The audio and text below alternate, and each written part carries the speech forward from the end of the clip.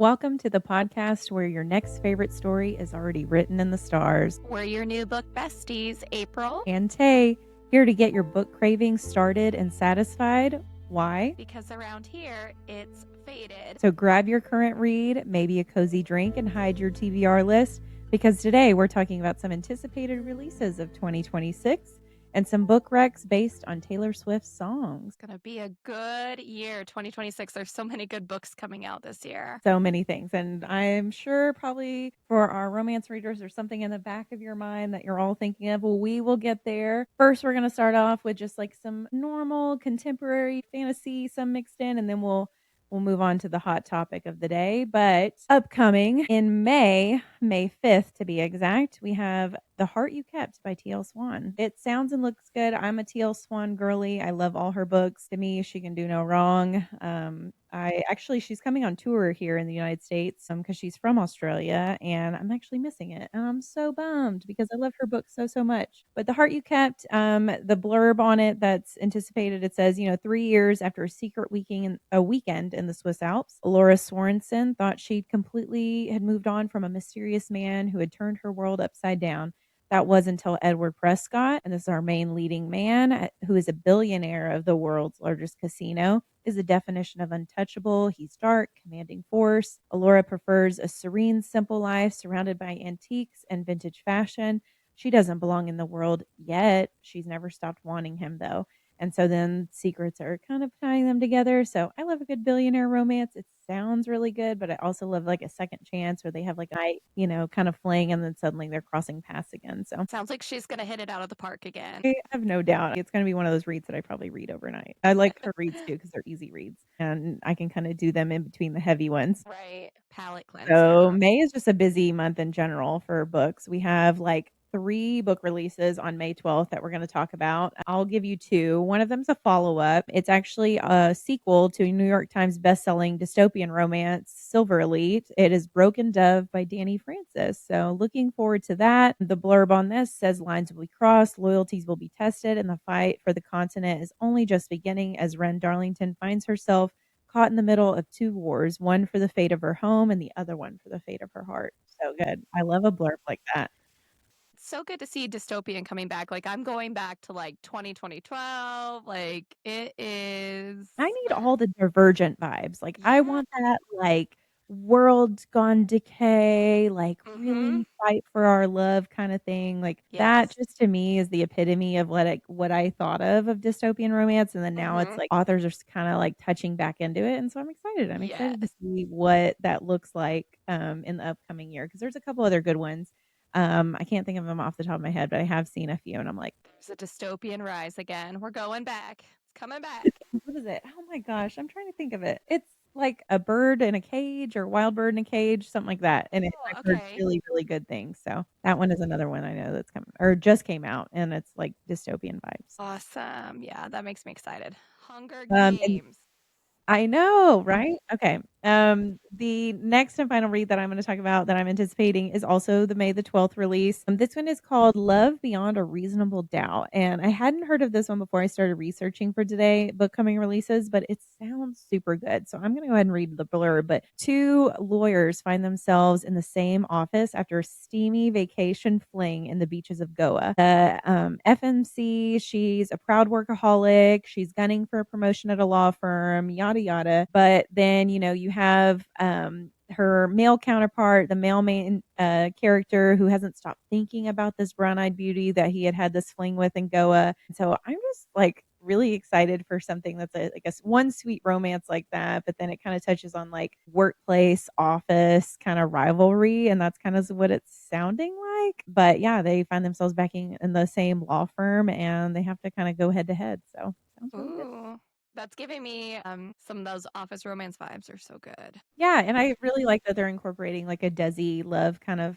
flair and fling, and it's nice to see like every different types of characters represented in books. For So sure. I always love that because then I get to learn something too about that culture. Exactly, which is also really interesting. I think it keeps you interested in a book way longer, at least for me, when it's about something that I may not necessarily be as familiar with.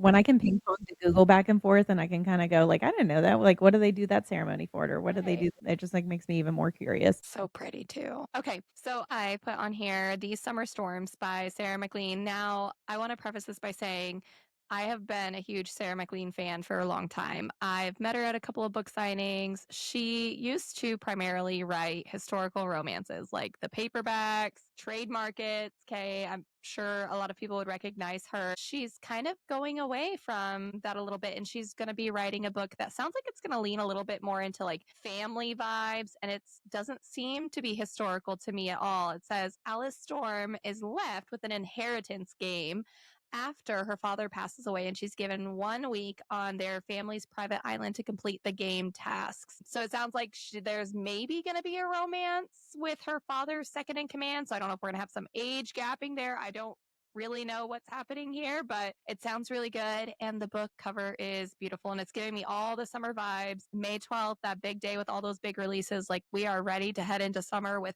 all these summer reads. That's awesome. That sounds super good. You know me, I love an age gap, so I'm Yes, like, I "We can know. talk I'm like, later, adding to cart." how big? I don't know, but I'm second in command. Hey, okay. Then I have on May 19th, this is one I bet a lot of people are really excited for, is Fever Dream by Elsie Silver. I will admit I have only read a couple of her books, but this is going to be a small town, of course, forbidden rivals to lovers, stern themed romance. It sounds like there's a bit of a reality dating show going on. I think that the male main character is some sort of like a bull rider, and I'm like, okay, Bachelor, we were denied a Bachelorette season. Okay, so this is going to fill hopefully that hole for us. Those who are ready for some watch parties, we're gonna have Fever Dream to read instead. I bet Elsie brings the drama. I really Yeah, do. I also bet that if it's, filling that really reality dating show vibe, like, and Western, it's just gonna be, like, to me, I bet it's gonna be really hot. perfect summer read. Then, okay, a book we're both excited about. Well, I am definitely excited about is Moon Cursed by Holly Renee, which I honestly haven't seen too much about this book released yet. It sounds like it's going to be enemies to lovers, which snaps for that. We're down for that. But then I was like, forced marriage, awesome. Maybe stolen bride, who knows? Sounds great. But then I saw Sea Witch and Cursed Sea King. And I was like, what is this? Is this a merman romance? Are we getting it? I don't know, like, that's another I feel like dystopian, really a lot of books coming out. Sea Witch, like, Merman, kinda things haven't really been, like, I mean, they're probably out there, but they're not getting as much attention probably as Yeah. they should. I just delved into my first, like, pirate romance with the Ever King. You told me about that Okay. one, and I was hooked. I was like, "This is fun." I didn't know I needed sea stuff, but now I do because all I'm picturing is Orlando Bloom and, like, all the It's the Caribbean. Yes. Yeah. And so I'm like, it's making a comeback. And it makes me think of like the monster romances that have been really popular in some circles. And then I'm like, okay, are we getting like a mix of this? What's she bringing? I'm ready for it. Sold. November 3rd. I'll be there. I have space on my shelf for you, Holly. I will dedicate an entire row of books that you write for sure. Those tropes sound so good. I am intrigued. But so, speaking of book release news, the SJM Call Her Daddy podcast episode. Woo! Ooh, that was something. ACOTAR 6, October 27th. And ACOTAR 7, January 12th of 2027.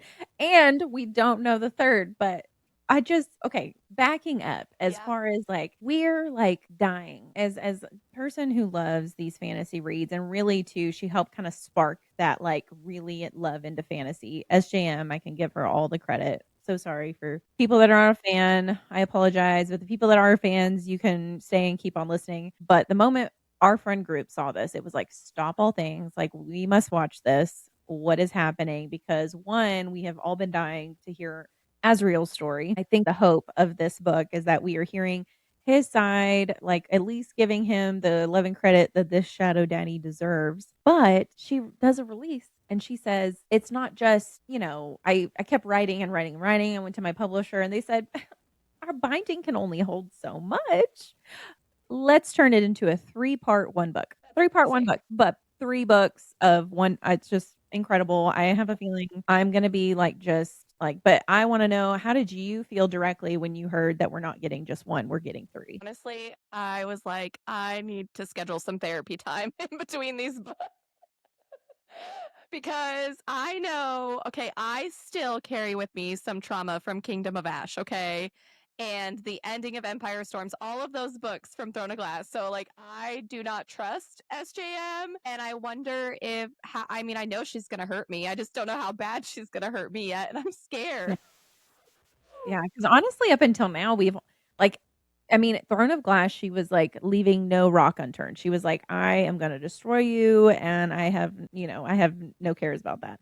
In ACOTAR, everything like the bad guys have been vanquished. Like the good people are getting what they like. Yeah, granted, there's like some obstacles, but really, we haven't had any like major deaths or anything. And I'm just like, I feel it. I feel like it's coming. Like I just know she's gonna wreck me, and I'm not looking forward to it. But I also will pay all the money for her to wreck me. So, and based on the way she was kind of describing, her book and this book experience, as kind of filled me with the feeling that maybe it hasn't been the easiest road, and that could be either one, her writing just in general, and like personally, and how she's feeling, but I'm feeling some, like, vibes with the publisher that there might be, like, some Something tension going going on. on with that. What did you feel on that? Yeah, I mean, she's been with them for a long time, but at the same time, I know that it seems like a lot of changes have happened. So, whatever it is, I hope that she feels happy at the end of it. And we're excited Yeah. that she's No, creating it I'm again. kinda glad that she's like, "Oh, the book binding doesn't hold it. This is what Guess we're going to what? do. We're gonna turn this into," which only makes me think that when this book gets released, the very first part of this book, it's gonna leave us on a cliffhanger. It's gonna leave us on a Yeah. cliffhanger to cliffhanger, and from October until January, we are gonna be, like, just, like, on the edge of our seat, like, I need therapy, I need wine, I need all the things to make it through until I get to that point and then go, and then she's gonna do it again because the 3rd book. So I'm like, I will sit in emotional damage from October to whenever the 3rd book comes out. The deal is social media is so great, but it ruins everything. So like I'm gonna have to read those books on October 27th. Like I better finish it on release day. Gonna have to take the day off of work. Gonna have to read a million hours in a row just to be able to finish this Yeah. giant book, probably. I think it's gonna be a reading sabbatical. We're gonna say, "Hey, let's have a weekend," and that is the weekend I am dedicating Yes. to sitting my butt down and finishing this book because you're right, social media will ruin it. I don't wanna be ruined. I want to know, like, I wanna feel it and experience it Yes. myself, just the way I did when I read Throne of Glass, because there were things in that book, Mhm. I know, that when it happened, I'm just like, like, in her books, I will audibly gasp, like, She's so good at getting "Can feelings I out of you. believe?" Just I really do, and, honestly, she's the only person I think on this planet could ever entice me to want finger tattoos after that interview. They looked so good, and then I'm like, I know they wear off, I know she has to redo them, I know all the things, but, like, I just could not stop staring at her hands while They're she's so talking. I'm pretty. like, "Oh, look how cute that looks." I'm like, meanwhile, it would look like I was about to take someone out or go to prison. Like, I would not pull them off as well as she I does. also felt like it was a bit of a crime that Throne of Glass wasn't as mentioned as much in Rowan, my love for him. Oh, I was wondering that, but I'm just gonna, like, I think the focus was they wanted it to keep on the book, and that's fine and fair and Yeah, dandy. But to our readers, me and April will implore you, please, please, please, please, please read Throne of so Glass. Read good. Throne of Glass. Granted, it is not a smut-based book in any regard, but it is so, 1, well written, but 2, even the fade to black scenes are They so are good. Like, I still got caught, and I still all the things, and Rowan and, like, all these main characters in this book are just so, so so worth good. Like, reading. they're just so worth reading. So, I implore you to at least read that maybe before October. I don't know if you can get through all the books then, There's so because there's many. how many? There's There's 8? so many Or 8 or books. Yeah, 7? it is a long series, and in full transparency, I feel like Akatar is really good at picking up and drawing the reader in immediately, whereas Throne of Glass, like, let's be honest, she was really young. It was her first book, and it's even though it's a pretty solid first book in my opinion, it's still a first book that takes a little bit of time to get into. So keep going. And with how her mind works, I didn't know how she connected that, like, down the road, I'm gonna do this. Like, it still baffles me. I can't even think of my meal tomorrow or what I'm eating for lunch, much less go, "You know what? Book." book 1, book 2, book 3. Book 3 is gonna circle back around, then you're gonna be like, "Oh, I understand what's happening here." Like, I don't know how her brain does it, but she does an amazing job, and props to her. I don't know where anybody's doing their pre-orders from. I pre-ordered mine, I think from Target because they're doing some kind of special with it. I'm assuming it's probably poster artwork. I don't know what it is, but I need it. I also kinda wanna wait to hear a little more on the epilogues, and that will kinda give me more options on what books I wanna order from where else because 'cause I'm gonna get multiple copies. I know it's I gonna know they happen. know how to get it out of you, all of the money with here's 5 copies of this book, but they all have a different little thing in them. And of course, as like huge fans, and you know, her publisher does know she has a massive fan base that they're gonna get the money out of you, which to me at first it was really fun when it first started with her series, just having a couple of copies of, A Court of Wings and Rune. And then it was like, here's 5 copies of Empire of Storms and Tower of Dawn. And then it was like, whoa. But hopefully they draw it back a little bit for those of us, but who knows? Yeah, or open it up for other publishers to kinda have their whack at it. Like, I would love some special editions from somewhere Right. else. Like, you recently introduced me to Lilac Library, and they have some beautiful like, if they I Beautiful mean, books. I have a feeling if they released an SJM book, like, I would be poor. I would say to my child, "I'm so sorry, your college tuition is no longer existing because they're invested in these books, and when I pass, you can use that." That's But, true. like, I not know until those books though, ACOTAR 6 and ACOTAR 7 in October and January are going to scare me. But what scares me even more though is that she didn't give a release date for the third part of the book. So I'm kind of nervous there about when we'll be getting that. I know, like, normally I'm such a person who, if I'm reading a book and for example, Fourth Wing. Okay, we can bring up Fourth Wing here. We just had the release of Onyx Storm, but then there's no like solid release date for the next book. I don't even think there's a title for book 4 yet. I am someone who will hold off reading. I have not read Onyx Storm because I want to wait until book 4 is out so that I can read them back to back to try to avoid cliffhangers because that's what they do. They write hit cliffhangers so good to draw you in and get you interested. But then I am so bad at coming back to things. So that scares me. No, I it's a valid reasoning. My theory is that she's gonna not even like I feel like there's such a big gap. Like this is just my brain, and I'm just hoping. And sometimes she, lets me down in that regard. But I am hoping that maybe book part one and part two, and as part two is coming up, it's like, or maybe even the release day of part two, she's like, guess what? Book three comes out in like 2 weeks. Like that would be like mic drop.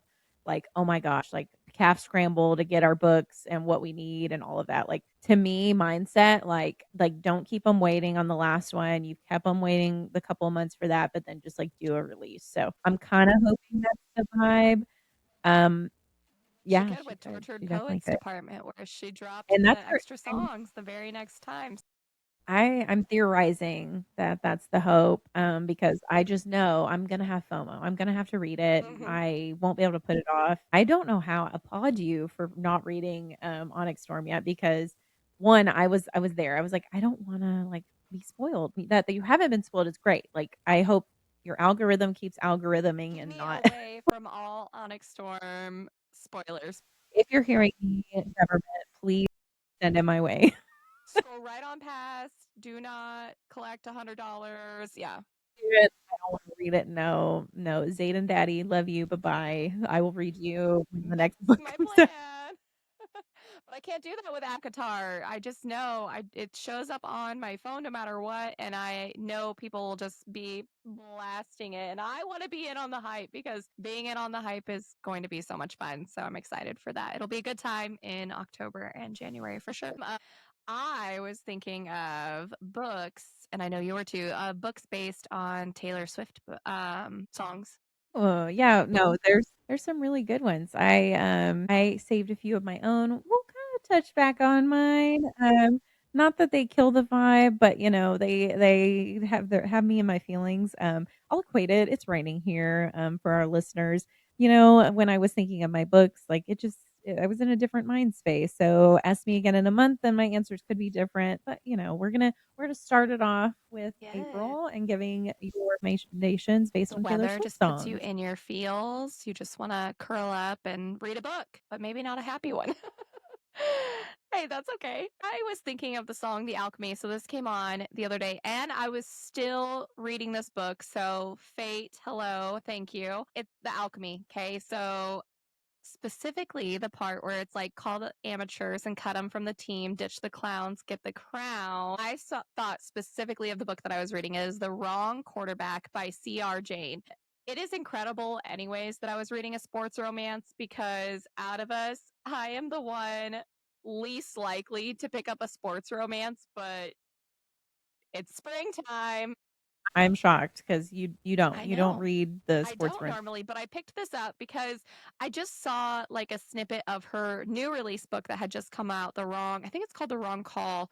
But I picked this book up. It's about Parker and Casey are our leads in this book. And Parker is this star quarterback on this college team, and she's the quiet, nerdy pianist, okay, which makes me think immediately of football, which we all know what The Alchemy is really about and who it's really about. But it also deals with topics of like loss of a family member, but then it gets dark, okay? So this is a bit of a darker romance. There's stalking vibes. He literally locks her in a basement when she tries to leave him. For all of my You're saying my books were dark. You're talking I about know. For stalking. all of my Ooh. red flag people, hello, there is a ton of them here. Please practice self care before, during, and after reading a book. There are trigger warnings. She listed them in it, and I agreed with all of them. It was a really good book, though. I was so impressed because I never pick up sports romances, like hardly ever. And B, it's a new to me author, and I was hooked. I've read two of her books now because I was like, this is actually really addicting. There's some really funny characters in there. I mean, it's such a good book, but perfect song for The Alchemy because it has to do with football, and it just gave me football vibes. So To quote the guy that's based on, you know the one. exactly. Vocal stem. Yeah. This Give me okay. another one. Give me another Taylor Okay, Swift so the song. second song, which is one of my personal favorites by her, is I Did Something Bad. Specifically, the part, okay, where it says, they say I did something bad, then why does it feel so good? So, the book that immediately comes to my mind that I feel like people should be shouting from the rooftops about is Terror at the Gates by Scarlett St. Clair. Okay, so, not only does this book have like a badass, like, feminine positivity dedication on it, we also have the main characters, Zariv and Lilith. And I'll be 100% honest, I didn't know a lot of like Lilith's backstories traditionally. So this is kind of like a retelling with that. It has tons of like awesome feminine rage in it in a good, healthy way. And frenemies to lovers. It's an urban romantasy set in a patriarchal world. So the world is kind of run by men, and women, their place is to have babies. That's it. That's their place, is to, shut up and be seen, which is where the feminine rage comes in. And it is so good because she kind of takes back her power in it, and it's beautiful to read. And plus there's a little bit of a mafia vibe for my readers out there who really like mafia people. But it's so good. It's she's been one of my top readers. I love Scarlett St. Clair, or writers, sorry, not readers. But you actually met her for me at a book conference once and like sent me a video with her and I just about died. I hadn't met her yet at that point. Got to meet her the next go round when I went to one, but it was just like one a surreal experience. I was like, "Oh my gosh, my friend went and saw her and that's her." Super kind. So, we talked about this in the last episode. I will buy anything from a nice author. So, keep being kind, Scarlett St. Clair, and also keep spreading good energy for writers Yes. because right now I am in a writing funk myself. I am currently writing a book.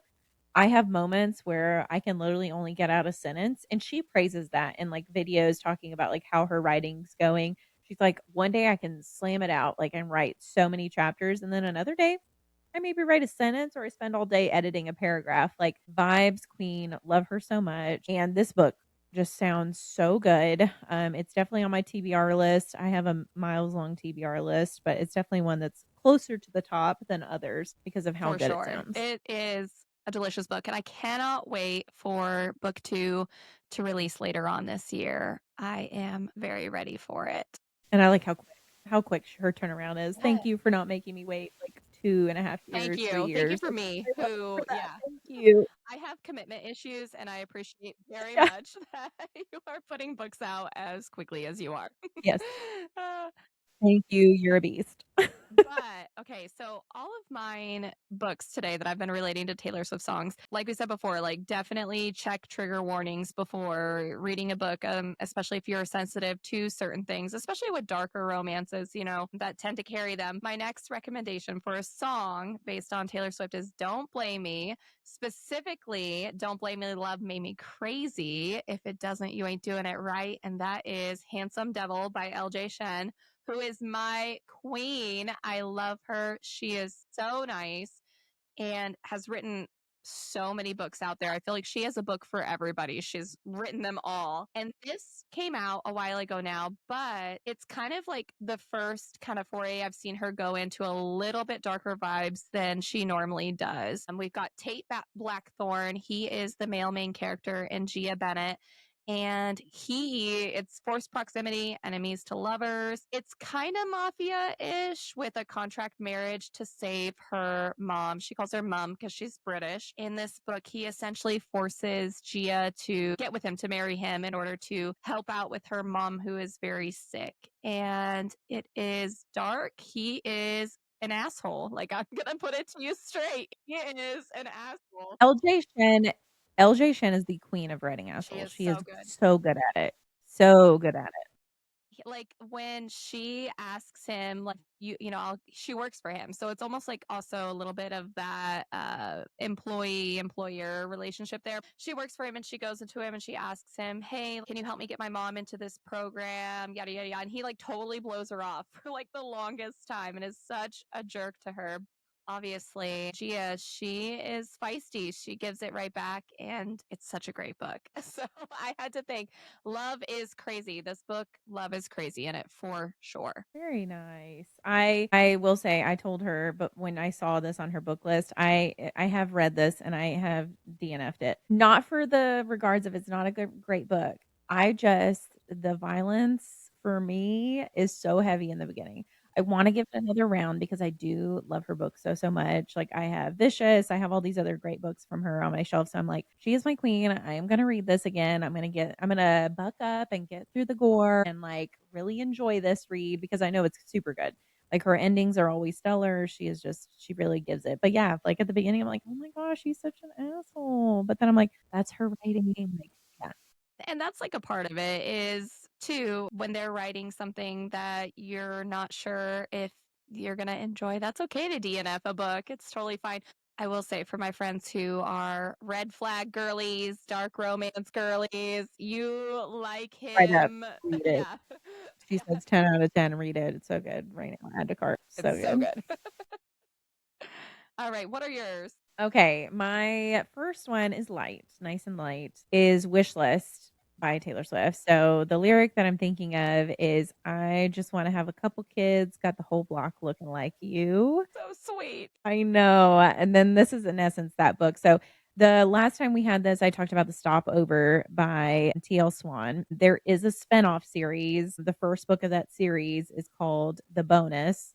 And the bonus covers the rival group. So the Miles family and brothers in the book that The Stopover is, they have a like newspaper magazine business and they are like their biggest competitors called the Fiara family. And like you just hate him. You're like, Gabriel Ferrara is the biggest jerk. Like, I don't like him, whatever. Well, then T.L. Swan was like, ha, I'm going to write a book about him. And so Of course. that's what the bonus is. And he is one, you start off the book hating him, especially if you read the other books. If not, maybe you're kind of like less like you're like, oh, he's just like hot and mean. But the other one, you're not like, no, he's mean. I can't believe she's trying to make him a romance. Da, da, da, da. No, that's the way I was. I was like, I cannot believe he's getting his own book. I don't like him. Oh my God. And then chapter one, I'm like, oh no, I like him. I like him so much. Oh, yes. Oh, no. All the red flags that April was just talking about. I need them. I need them now. It is super, super good. 10 out of 10. I recommend. I can't really give too much because there's a lot of like, it would give away the story. So I'm just going to kind of cut it off there, but very, very good. I do recommend the Stopover series first with the Miles High brothers or the Miles High series and then jumping into this one. But if you wanted to just jump out the gate and just hear about Ferrara, go ahead and read the bonus. The next song I'm talking about, so now we're gonna get a little darker and a little deeper. It's "This Is Me Trying," Taylor Swift. That's my Um, favorite song by her.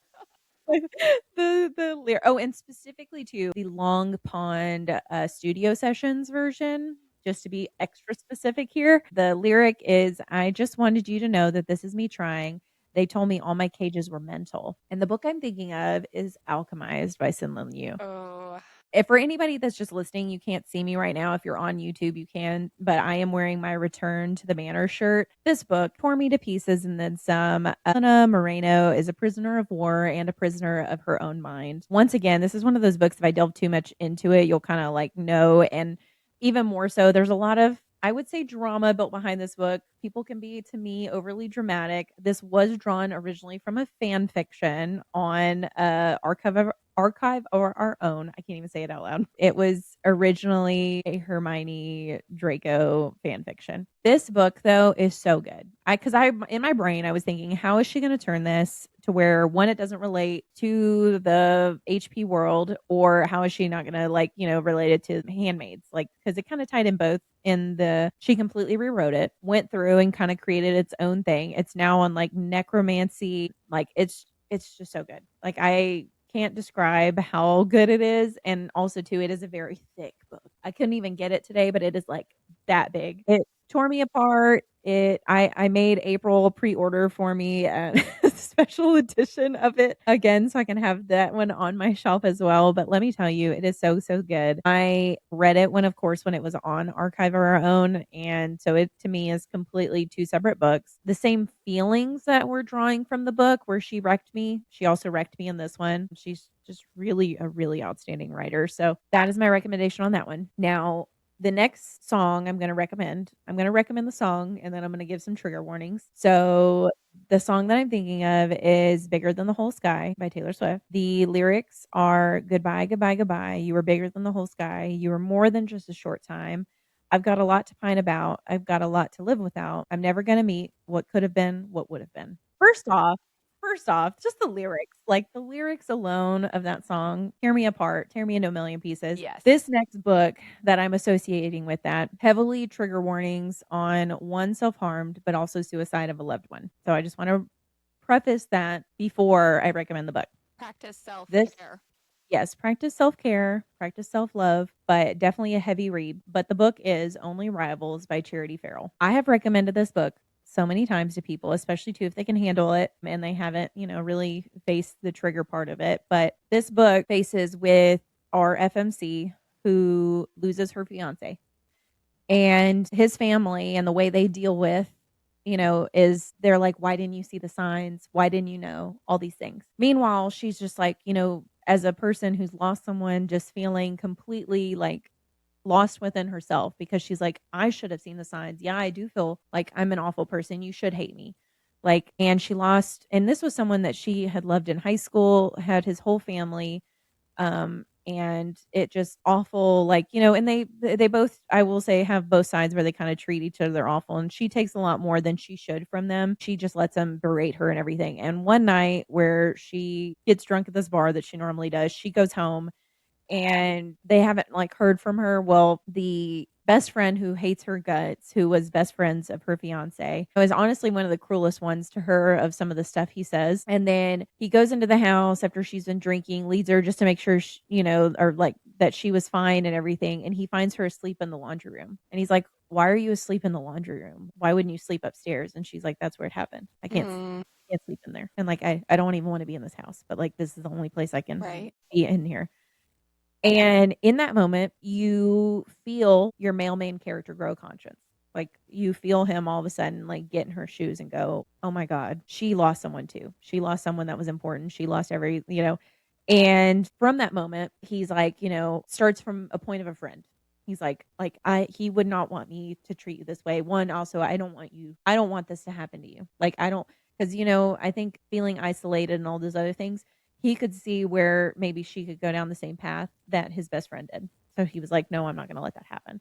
So they build a friendship and then eventually fall in love. It's such a good read. It's such a good read, Aw. but it is so, so, so, so heavy. Somewhere down the road, I was like, when we do this podcast, I was like, I am going to recommend this to somebody because too, I think it's just a good reminder to tell your loved ones that you love them, but also too, you just never know what's going on with someone, and you can think all the things of how they're feeling and how they're recovering, but you may never know. And that was exactly kind of like they just assumed that she was fine and dandy, and it was like, no, she's not fine and dandy. Y'all have been treating her horrible, and she's been eating herself up about it.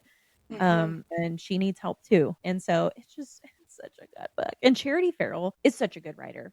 Like, I don't know why her books are not on shelves, and that drives me insane. I actually found her on TikTok, and Oh. she does like sharing of her books where it's like she has fun reads like too. That's one of the most heavy reads that she has, but she has these other books where she'll do like the text messages. It's like, meet me outside. Da, da, da, da, da. You're my professor. You're my big brother. I'm like, oh my God, girl, chill. But she does such good like books, like in terms of like spiciness, in terms of like writing, but they're all on KU. So you can download it if you have Kindle Unlimited and read them, and they're good, like nice and easy reads. But I do love her book so, so much. And she hasn't like been picked up by a big publisher yet. And that drives me insane because she deserves to be on all the shelves. I want to see her on Barnes and Noble. I want to see all the things for her. Also, too, I want to meet her, and she never does book tours. So Charity Farrell, if you're listening to this, you got a big fan out here, girl. And I want to either meet you, or I want to buy your books from a big bookstore. Like, I have that dream for you. Criminally underhyped, huh? It is.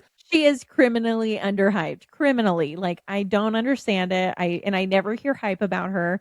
Like, I am just so upset for you. Like, if you're listening, I'm so upset for you. I want all those things. So if there's a publisher out there, Penguin Random House, Avon Books, whoever, listen to me. I want that for her. I want success. Right. And you know what? Sometimes though, those heavier reads are the ones that stick with you the longest, or like some people can really connect with that. So I love that. It's a really good book. I highly recommend. And there is a long list, I'm sure, of Taylor Swift songs that we could think of Oh my things, gosh. and it could go on forever. We had to limit ourselves to 3 each, but definitely Taylor Swift has brought us a strong love. Feel what you feel about her, but I love a successful woman. I even love one that can help put our feelings onto paper, and sometimes a song can just like transport you into another place. For me, that's what her music does, and it brought us together as friends. We actually went to her Eras tour and got to see her in concert, and it was a life-changing experience. For So magical. sure. I've never seen 3 hours of someone just, like, in back-breaking high heels and just, like, slaying it. So owning it. It was incredible So for sure. I am so impressed, and also impressed that she has such an ability to write songs with so many different kind of emotions, different stories to tell.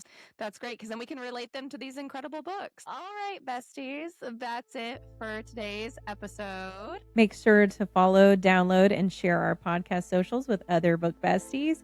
We would love to hear your favorite Taylor Swift songs and the books they remind you of. Please leave a comment on your favorite platform letting us know. Join us next week where we will talk about navigating book conventions, which ones we've been to, and we'll give y'all some advice on how to prepare because book convention season is here. It is here. And remember, We're glad you're here because it's fated.